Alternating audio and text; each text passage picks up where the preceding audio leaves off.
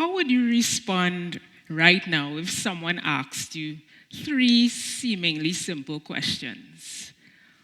Who are you? Why are you here? And what are you doing with your story? Who are you? I found my answer after being placed in the naughty corner, literally. I was 5,000 miles away from home in northern Uganda at a VNS. That's a village and savings committee meeting. The women get together every month and decide how they spend and distribute their cash. As I was about to get into the circle, you go into the circle only when you have something to say. Madam, who are you? I am Akosua. Madam, who are you? I am Akosua from VSL, here to do the training. Now I'm getting a little annoyed. Madam, who are you? Now I'm thinking, maybe it's my accent. My daughter, do you know who I am? Yeah, you are the chairperson of the village council. No, my daughter, not for one moment do you ever think that you are your job, your status, your title, your family life. You people have this thing where you come and say, I hold this title from this organization. That is not you. Me, I am patient. I am the conduit through which this village will improve through education and love. Then from what I do becomes what I am. Sit over there for a moment and decide who you are. We only begin when you know who you are. All I could say was, okay. So I was there in the naughty corner for an hour and a half thinking, wow, who am I? Such a simple question, and all I can come up with is my name and where I work. I went back to her.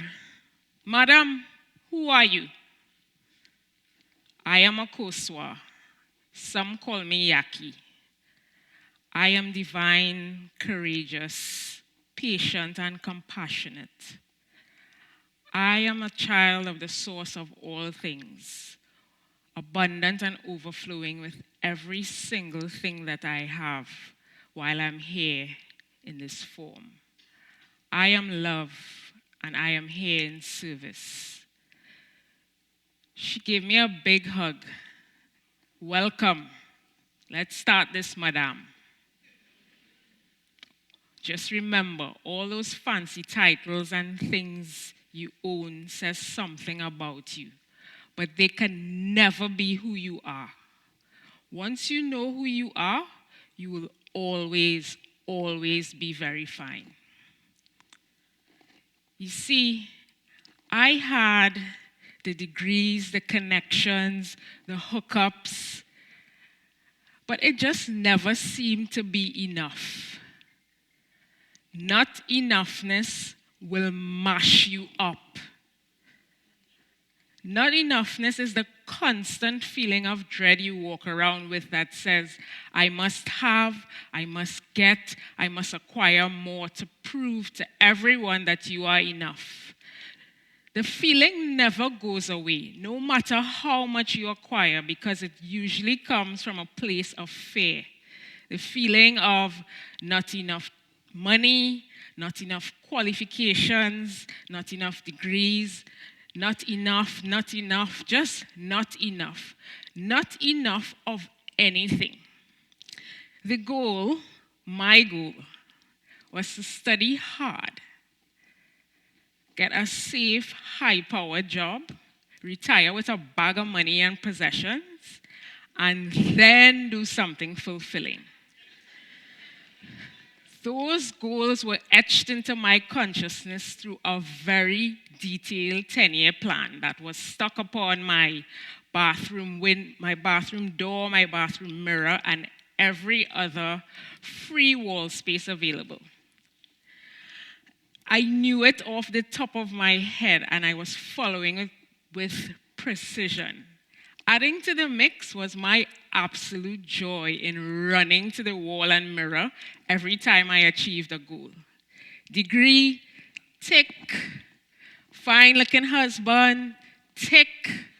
Live in London, tick. Buy a place by the beach, tick. And things were ticking away and being ticked. I could not get enough. You see, our inner being has so much integrity. It will not allow us to keep anything that we do not believe we deserve. There's an inner healing that has to take place, or the result is usually self-sabotage or continuous searching.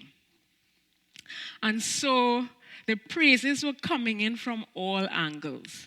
So young and mature. You have it all together. What a lovely couple. So balanced. I secretly rolled my eyes.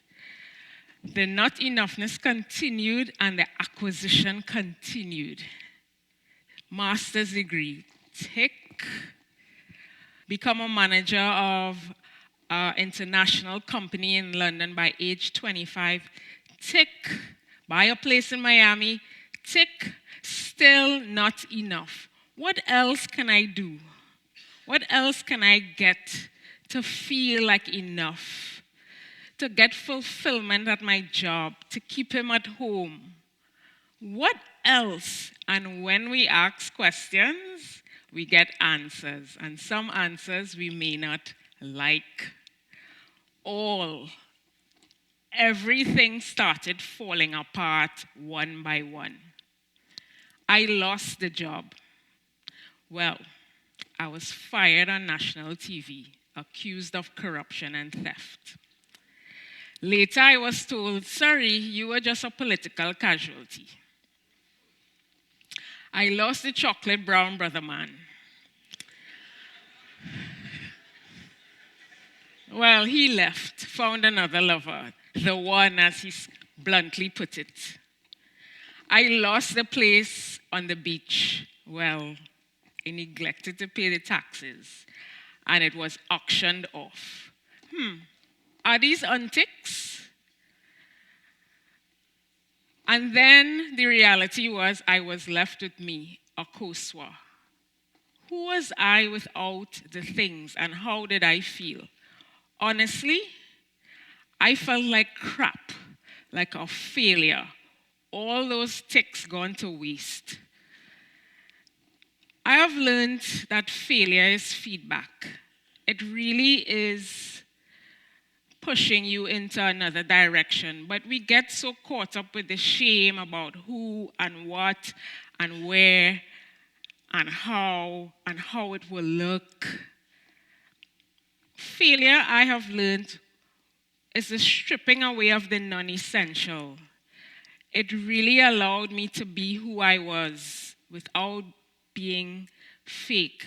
I learned about taking responsibility, that my life was my responsibility.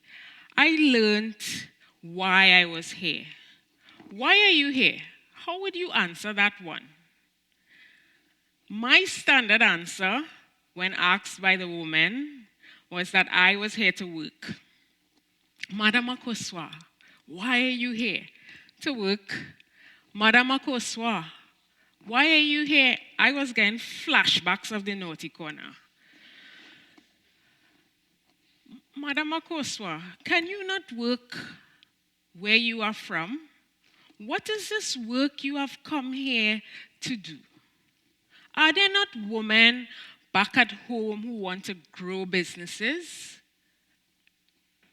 Are there not wars and conflict that need to be dealt with in your country? No, we never had a war and we never will. Then you must go back, go home and ensure that the war never happens in your country. What are you running from? You people always running to find yourself. What are you running from?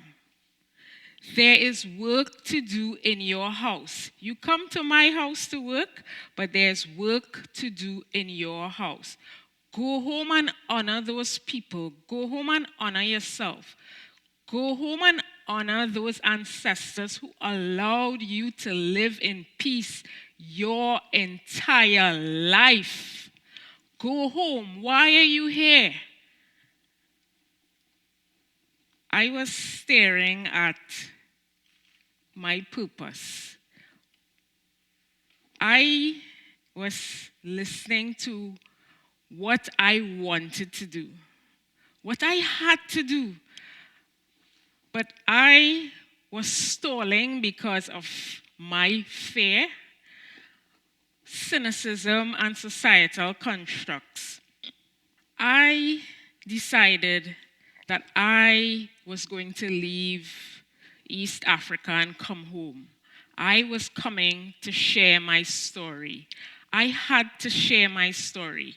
What are you doing with your story? What are you doing with the power held in your story? There is power in your story, but we get tied up with not enoughness.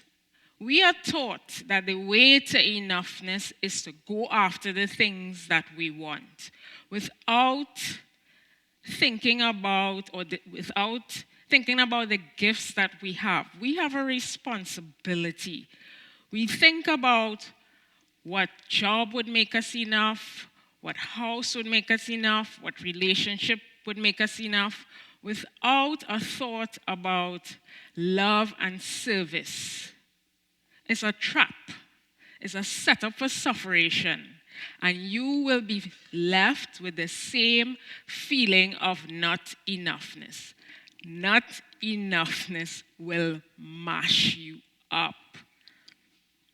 I chose to tell my story. I chose to come home and be responsible and build my beloved Trinidad and Tobago.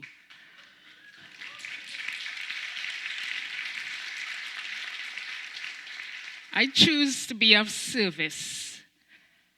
I choose to come and be part of the solution. And may I serve with much fire, much grace, much love, and much prayer. What would you choose? Thank you.